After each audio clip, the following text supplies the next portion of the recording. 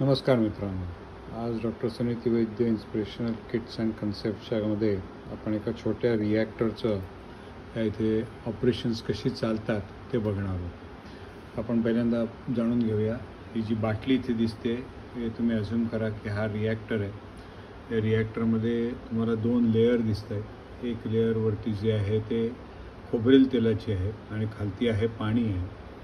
हे आपल्याला मिक्स करायचं असं आपण धरून चालूया की या रिॲक्टरचं आपलं जे फंक्शन आहे हे खोबरेल तेल आणि पाणी याचं इमल्सिफायर करून प्रोड्यूस करायचं ते. आणि ते करताना त्याचं टेम्परेचरही आपल्याला एक ठराविक पद्धतीने मेंटेन करायचं आहे. त्यापेक्षा जर जास्त झालं टेम्परेचर तर आपल्याला ऑटोमॅटिकली कट ऑफ करायचं आहे आणि कूलिंग चालू करायला पाहिजे.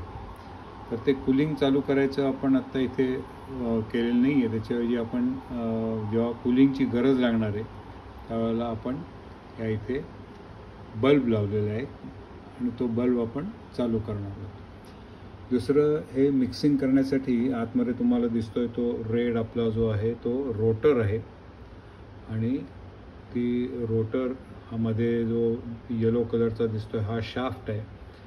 या शाफ्टला आपण वरती येलो कलरच्या गिअरबॉक्सला जोडलेलं आहे. हा इथे पांढरं जे वरती दिसतं आहे तिकडे. आणि या गिअरबॉक्सला आपण ही मोटर आहे या मोटरने ड्राईव्ह करणार आहोत. आता हे ड्राईव्ह जे आहे हे आपल्याला वेगवेगळ्या स्पीडला करणार आहोत. आपण सुरुवातीला आपण स्लो करणार आहोत, मग फास्ट घेणार आहोत, मग पुन्हा स्लो करणार आहोत, फास्ट घेणार आहोत. हा इथे वरती जो आहे आपला हा वेंट वॉल आहे. हे ज्यावेळेला मिक्सिंग करणार आहोत आपण त्यावेळेला मिक्सिंगच्या ह्याच्यात गॅसेस तयार होतात आणि ते गॅसेस आतमध्ये अडकले तर रिॲक्टरमध्ये प्रेशर वाढेल. तर ते अवॉइड करण्यासाठी आपण या इथे वेंट वॉल ठेवलेला आहे. आत्ता हा ओपन आहे, तो आपण पाहिजे त्यावेळेला बंद करू शकतो. आता हे सगळं चालू करायचं तर त्याला कंट्रोल लागेल. तर या इथे आपला हा कंट्रोल सिस्टम आहे. या कंट्रोलवरती आपल्याला 2 कंट्रोल दिसत आहेत. एक व्होल्टेज आणि करंट मेजर करणार आहोत आपण आपल्या ह्या मोटरचा. आणि या गिअरबॉक्स आणि या शाफ्टमुळे जे त्याच्यावरती लोड आलेलं आहे तर ते आपल्याला जास्त वाढून देता कामा नये. ज्यावेळेला आपली रिॲक्शन कंप्लीट होणार आहे त्यावेळेला त्याच्यावरती लोड वाढताना दिसेल, करंट वाढताना दिसेल. आणि तो वाढू नये किंवा वाढायला लागला तर टेम्परेचर आपल्याला ॲडजस्ट करावं लागतं. आणि त्या टेम्परेचर ॲडजस्ट केल्यानंतर त्याची म्हणजे ते पुन्हा जे घट्ट बनत चाललेलं असतं त्याच्याऐवजी ते द्रव होतं आणि आणखीन मिक्सिंग त्याचं चालू होतं. असा हा कंट्रोलर आपल्याला आहे. ते खालती जो आपल्याला दिसतो आहे या हिरव्या याच्यावरती 27.9 आत्ता 27.9 जे आकडे दिसत आहेत ते आहेत आपलं सेट आत्ताचं एक्झिस्टिंग टेम्परेचर. ते आपण या इकडे ही जी बटणं आहे तिथे हे जर दाबलं तर आपण तो सेट करू शकतो आपल्याला जे पाहिजे त्या ह्याला. आता मी इथे समजा दाबलं, आत्ता मी 29 वरती सेट केलेलं आहे. हे मी कमी 28.9 किंवा वाढवून या इथे आता मी 29, 29.1, 29.2, 29.3 अशा पद्धतीने आपण ते सेट करू शकतो. तर हे जसं आपलं सेटिंग होईल त्यावेळेला बरोबर आपल्याला आणि त्याच्यापेक्षा 2 डिग्री जास्त या जी इथे डिग्री आपण सेट करतो आहे त्याच्यापासून 2 डिग्री म्हणजे 29 केलं तर 31पर्यंत आपलं टेम्परेचर जर वाढलं तर तो इमिजिएटली कूलिंग चालू करतो किंवा आपल्याला अलर्ट करेल दिवा लावून. हा इथे खालती जो आर लिहिलेला आहे तो आहे आपला रोटर. म्हणजे ह्या मोटर रोटर जो आहे आपला त्याला जे चालू बंद करायचं आहे तो इथे स्विच दिलेला आहे. हा त्याचा रेग्युलेटर आहे ब्ल्यू रंगाचा.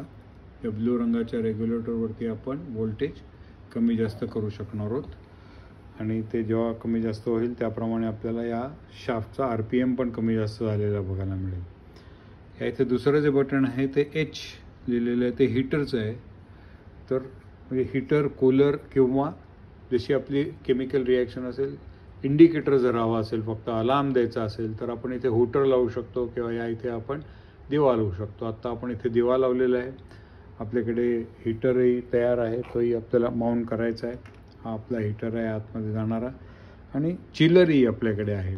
तर ते चिलरही त्याच्यामध्ये आपण लावून टेम्परेचरप्रमाणे तेथे आपण सिलेक्ट करू शकतो. तर आता हे वर्किंग मॉडेल असल्यामुळे आता या इथे बघताय आपण की 12 वोल्ट आणि 5 वोल्ट आपला कंट्रोल सिस्टमला गेलेला आहे. 12 वोल्टवरती आपला हा रोटर चालणार आहे, हीटर चालणार आहे, बल्ब चालणार आहे, होटर चालणार आहे आणि कूलरही चालणार आहे. असे हे 12 वोल्टचे आणि 5 वोल्टचं वेगवेगळं आपण इथे कनेक्शन्स दिलेली आहेत त्याला. ही कनेक्शन्स आहे आपल्या कंट्रोल पॅनलला. इथे तुम्ही बघताय तर या इथे मागच्या बाजूला इथे तुम्हाला दिसतंय की इथे वरती जे आहे ते 5 वोल्टचं आहे, खालती जे दिलेलं आहे ते 12 वोल्टचं आहे. आतमध्ये सगळं सर्किट आपलं आहे या बॉक्समध्ये, जे कंट्रोल पॅनलवरती आपलं असतं ते.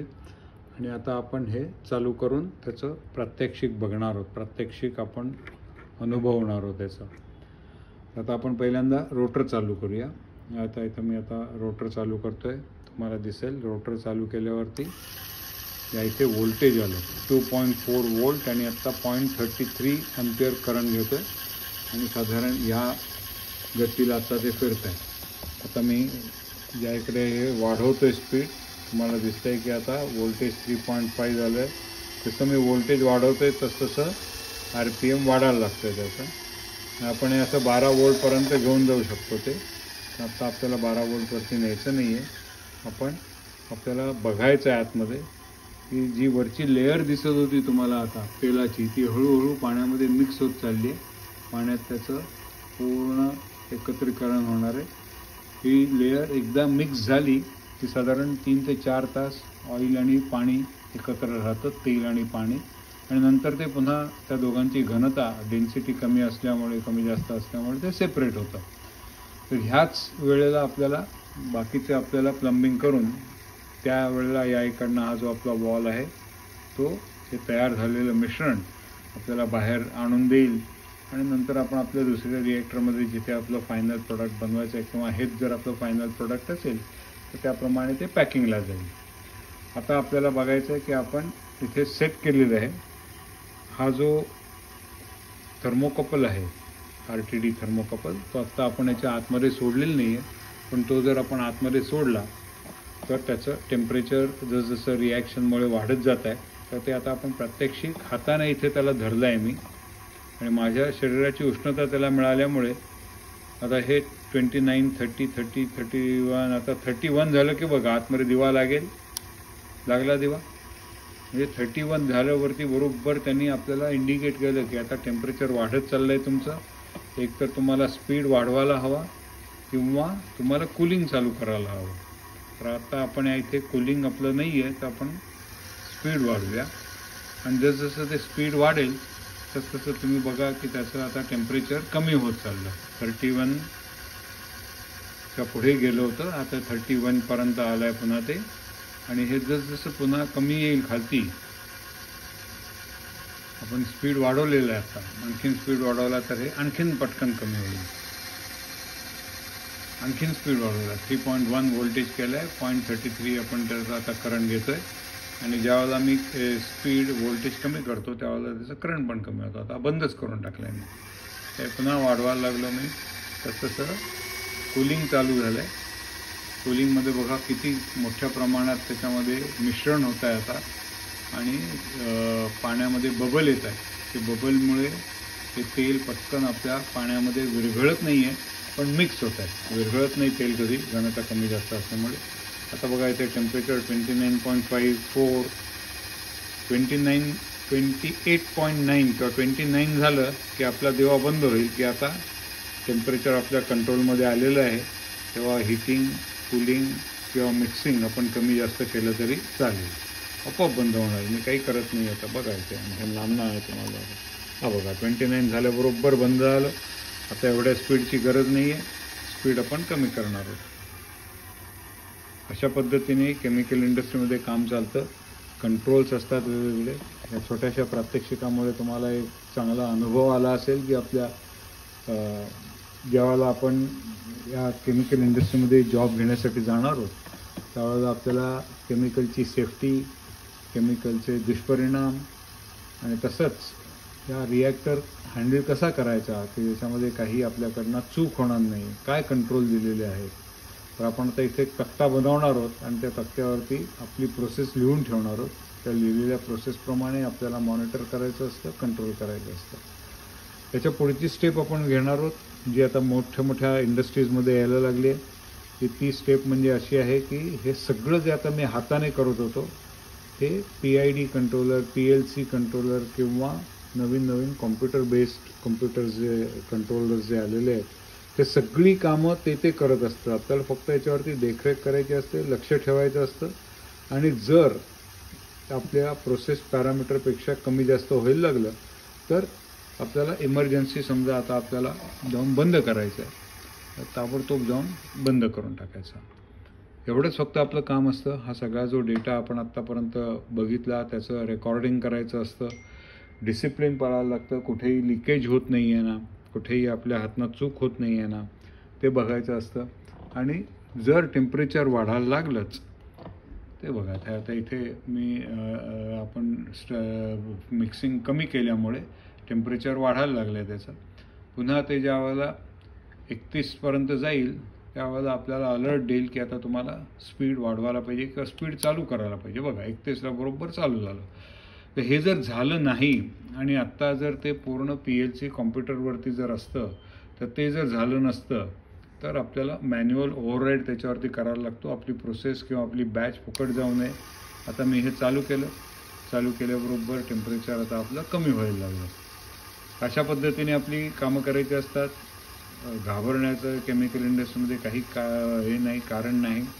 सगळी सेफ्टी इन्स्टॉल करताना घेतलेली असते. मेंटेनन्स कसा करायचा, गिअर बॉक्सचं काम कसं करायचं, मोटरचं काम कसं करायचं, कंट्रोलरमध्ये आपल्याला सेटिंग कसं करायचं, वेगवेगळ्या बॅचेसना वेगवेगळ्यांना जर 31च्या ऐवजी 32, 35, 36 पाहिजे असेल तर ते कसं करायचं, किती वोल्टला आपली मोटर चालवायची, किती सेफ्टी आहे त्याच्यामध्ये, मोटर आणि गिअरबॉक्स आणि शाफ्ट काहीच आपलं खराब होता कामा नये.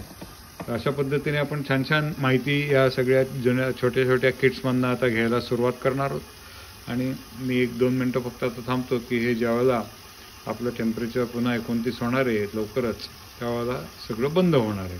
मग आपण स्टीअरिंग बंद केलं तरीसुद्धा चालेल. टेम्परेचर वाढलं की आपल्याला तो इमिजिएटली अलर्ट करणार आहे की आता टेम्परेचर वाढायला लागलं आहे, तुम्ही चालू करा. आता मी हे बंद करून टाकलं, गरज नाही आता आपल्याला एनर्जी घालायची. जसं बंद केलं त्याबरोबर बघा टेम्परेचर वाढायला सुरुवात झाली. 29.6, 29.8, 29.30, 31, 30.4, 30.5, 30.6, 30.7, 30.8, 30.9, 31. ते झाल्याबरोबर पुन्हा चालू झालं. अलर्ट केला त्यांनी आपल्याला स्टीअरिंग चालू करायला पाहिजे, नाहीतर आपलं टेम्परेचर वाढणार आहे. स्टीअरिंग चालू केलं आपण, रोटेशन चालू झालं, टेम्परेचर कमी व्हायला सुरुवात झाली. तर होप तुम्हाला हे सगळं आपलं जे आपण बघितलं आत्ता हे छान आवडलं असेल. आणि अशाच पद्धतीने आपण जर शिकलो तर आपल्याला केमिकल इंडस्ट्रीमध्ये काम करायला प्राधान्य मिळेल आणि छान आपल्याला नोकरी मिळू शकेल. सर्वांचा सहभाग त्याबद्दल धन्यवाद.